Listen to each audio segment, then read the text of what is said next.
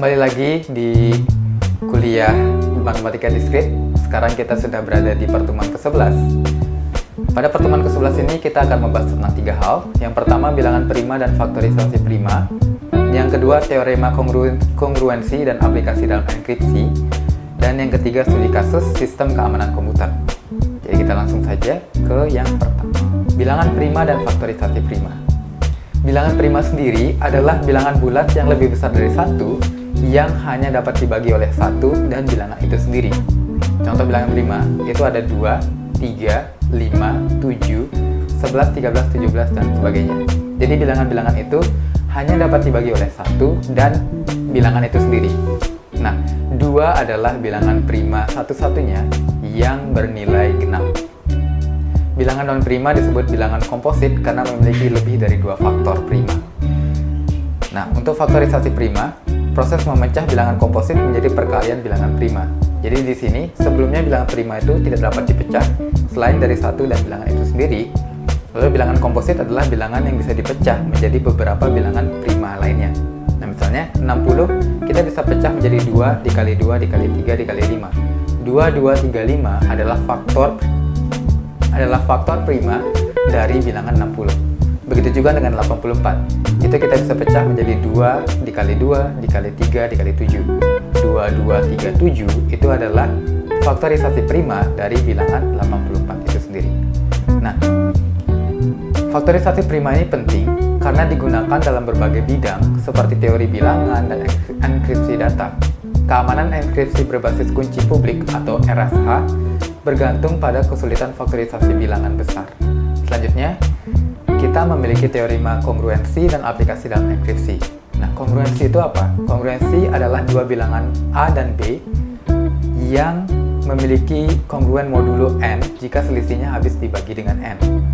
Nah, misalnya notasinya dalam hal ini kita bisa menuliskan A kongruen B mod n.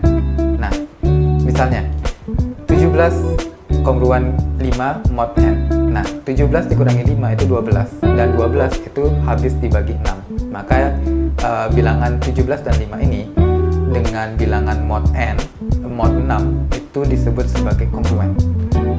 Aplikasi dalam enkripsi digunakan dalam kriptografi, khususnya pada algoritma RSA, memungkinkan pengamanan data dengan transformasi matematika yang sulit dibalik tanpa kunci yang sesuai. Selanjutnya, ada beberapa contoh enkripsi dengan kongruensi ini, misalnya RSA yang sebelumnya. Secara ringkas, kita bisa menggunakan algoritma RSA untuk mengenkripsi informasi. Nah, misalnya, caranya begini. Kita memilih 2 bilangan prima besar, misalnya P dan Q. Nah, kita menghitung N, atau untuk modulonya itu, dengan mencari perkalian antara P dan Q itu tadi. Dan fungsi Tolkien, Vn, yang adalah P-1 dikurangi dengan Q-1. Pilih bilangan relatif prima terhadap Vn, fungsi Tolkien yang tadi. Lalu hitung D sebagai inverse modulo dari E terhadap Vn. Nah, untuk enkripsinya sendiri, kita menggunakan C adalah M pangkat E yang tadi. Lalu itu mod N, di mana M adalah pesan yang kita mau enkripsi. Lalu untuk mendeskripsikannya, kita mencari M sama dengan C pangkat D mod N. Jadi yang sebelumnya bilangan E dan bilangan D itu adalah bilangan yang kita kalikan, kita cari. Lalu untuk pesan enkripsinya kita bisa menggunakan algoritma untuk C sama dengan M pangkat E mod N, dan untuk deskripsi M sama dengan C pangkat D mod N. Nah, misalnya kita menggunakan P dan Q, bilangan prima 7 dan 11, lalu E-nya 3. Maka N-nya adalah 7 kali 11 adalah 77. Lalu untuk Vn-nya 7 mana 1 kali 11 mana 1, kita mendapatkan 60. Pilih E sama dengan 3 karena relatif prima terhadap 60. Lalu kita menghitung D sebagai inverse dari 3 modulo 60, yaitu D menjadi 27. Nah, jika M-nya 10 atau pesan yang kita ingin berikan itu 10, maka enkripsinya adalah C 10 pangkat 3 mod 77, artinya 7000 mod 77 atau 76.